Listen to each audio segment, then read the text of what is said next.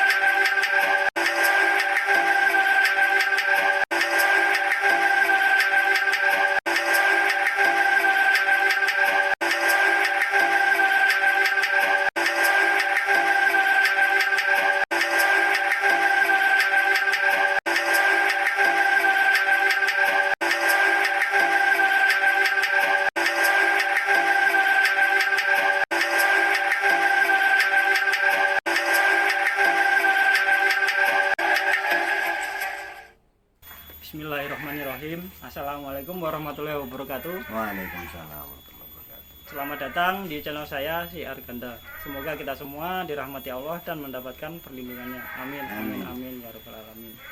Nah, pada pertemuan kali ini, alhamdulillah di samping saya ada guru atau ustadz.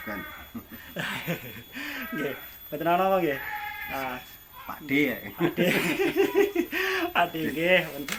Nah, untuk saat ini mari kita belajar tentang ilmu kurma, bagaimana kurma itu prospeknya ke depan atau pengertian kurma dipandang dari segi agama maupun bisnis. Nah, jadi untuk kali ini mari kita perkenalan dengan beliaunya dan supaya kita mendapatkan banyak ilmunya. Terima kasih. Silakan. Assalamualaikum warahmatullahi wabarakatuh. Alhamdulillah, suatu rahmat Allah Subhanahu wa taala, saya kedatangan saudara saya, saudara muslim saya, Mas Robi. Nah, ini mudah-mudahan silaturahmi ini membawa keberkahan kebaikan kita dunia akhirat. Amin, amin, amin. Orang-orang teman-teman biasa panggil saya Pak Mula. Nah, jadi ini saya salah satu penggiat pejuang kurma Kediri, masih belajar. Saya banyak belajar kepada teman-teman saya yang di Kediri. Salam buat Ustadz Sabiki, Prof Jayadi, juga kepada teman-teman yang lain, Kang Indra, Mas Sobirin, Pak Suyadi, Mas Rofik. Salam kurma Indonesia. Semoga Allah berikan keberkahan kepada kita semua.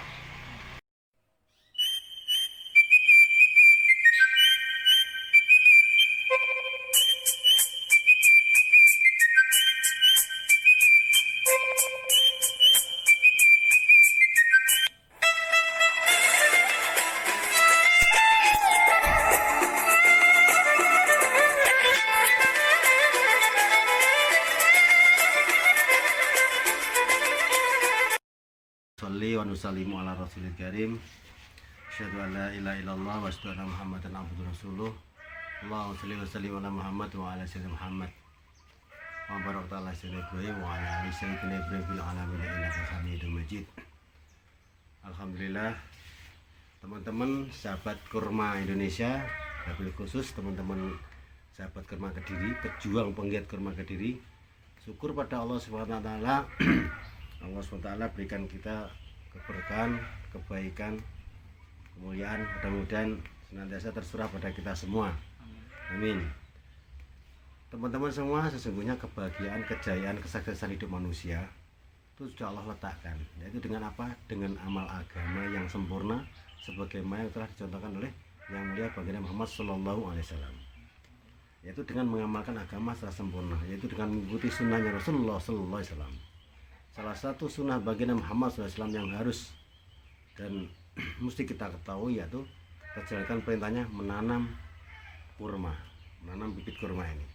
Ini adalah salah satu perintah daripada Rasulullah SAW, di mana kita mesti punya keyakinan, dikatakan para ulama, apabila agama ini kita amalkan, pasti dan pasti akan membawa kebaikan kita di dunia dan akhirat. Maka kita nggak perlu tolah-tolah kemana saja.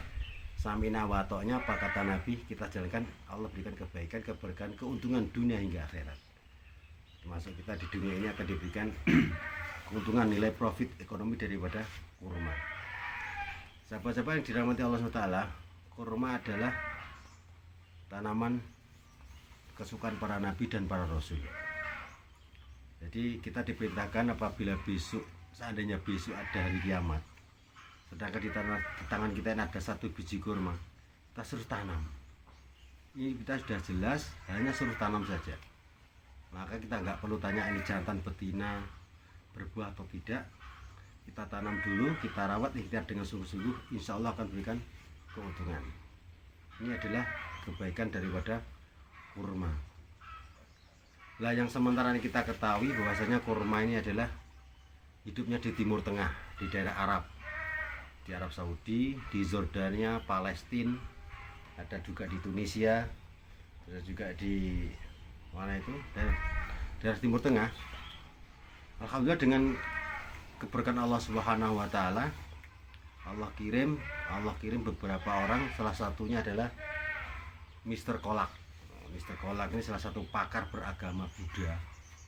Ini meneliti di Timur Tengah sana bagaimana kurma ini bisa tumbuh di wilayah tropis seperti di daerah kita, di Indonesia, daerah ASEAN. Bagaimana bisa tumbuh subur dengan baik di wilayah kita sehingga memberikan kebaikan keuntungan nilai ekonomi untuk masyarakat. Alhamdulillah dengan penelitian beliau dia muncul, dihasilkan kurma dengan varietas yang bisa hidup di wilayah tropis dan sangat bagus hasilnya.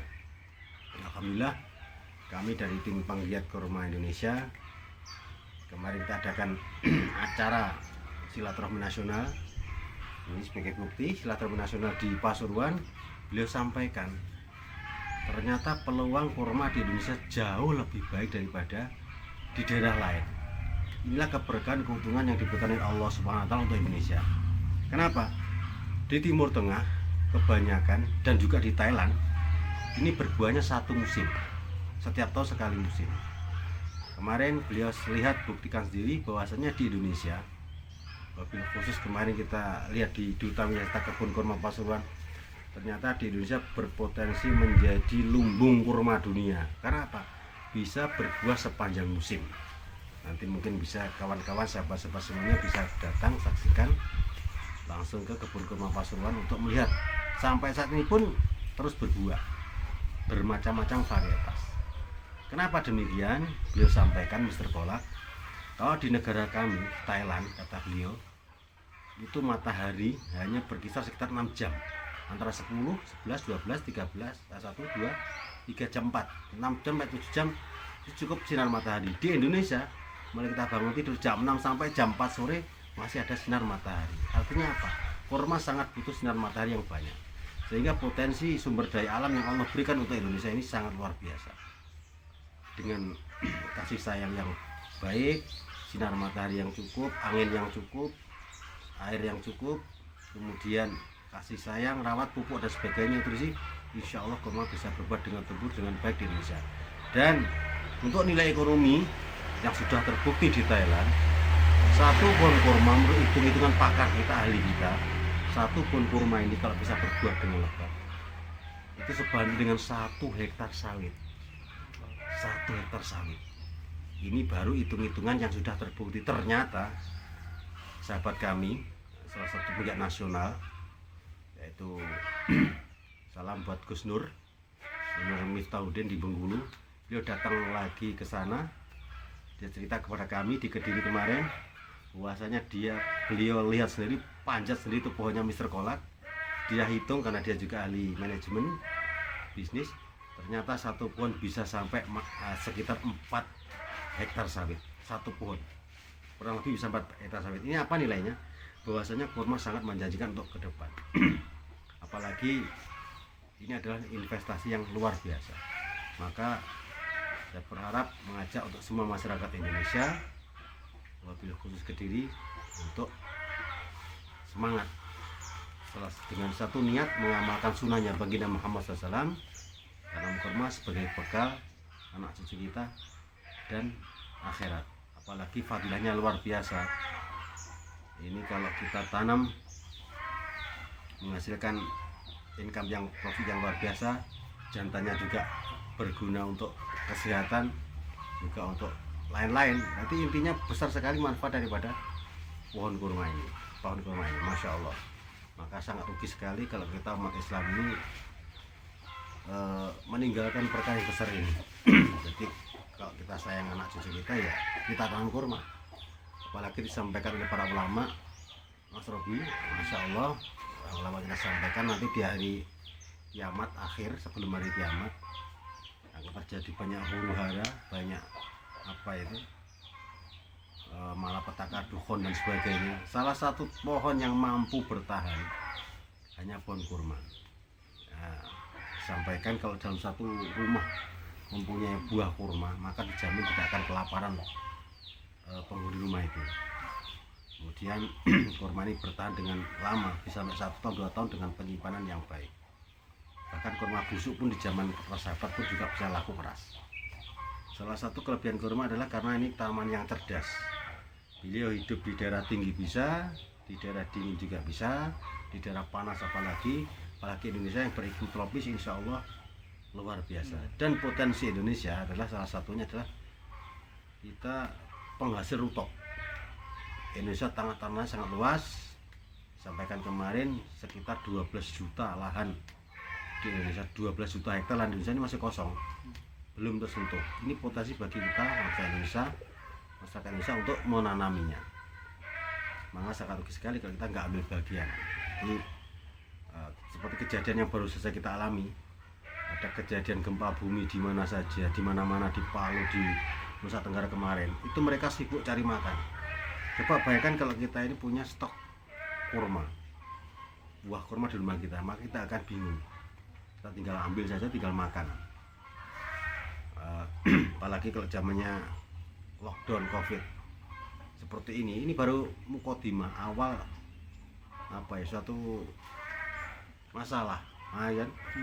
Kita di lockdown katakanlah 14 hari, kita nggak perlu teriak-teriak, beri saya makan, beri saya uang atau kita punya stok bibit buah kurma di rumah, insya Allah kita selamat. Karena apa? Nilai satu butir kurma ini gizinya luar biasa. Satu, karena ini perintah Nabi untuk kita makan, pasti mengandung kebaikan. Nah, itulah salah satu sedikit tentang fadilah keutamaan kurma. Untuk mengenai cara budidayanya, prospek ke depan dan sebagainya, insya Allah nanti kita akan bahas pada sesi berikutnya. Demikian saya sampaikan, salam kurma Indonesia, semangat gaspol kurmanisasi Indonesia. Assalamualaikum warahmatullahi wabarakatuh. Alhamdulillah kita telah sampai ke penghujung acara ya. Nah, ini tadi penjelasan terkait kurma dari beliaunya. Mudah-mudahan ilmu kita ini bermanfaat bagi kita semua, dan mudah-mudahan Allah meridhoi kita di jalan yang benar, jalan Islam. Amin. Demikian video dari saya, sob. Silahkan subscribe, di kotakan bawah ini ada tulisan subscribe, silahkan klik, gratis, sob. Nah, silahkan klik like bila bermanfaat, dan klik dislike bila tidak bermanfaat. Silahkan komen yang baik-baik, atau pertanyaan terkait kurma, insya Allah nanti akan saya jawab. Demikian, wassalamualaikum warahmatullahi wabarakatuh. Waalaikumsalam warahmatullahi wabarakatuh.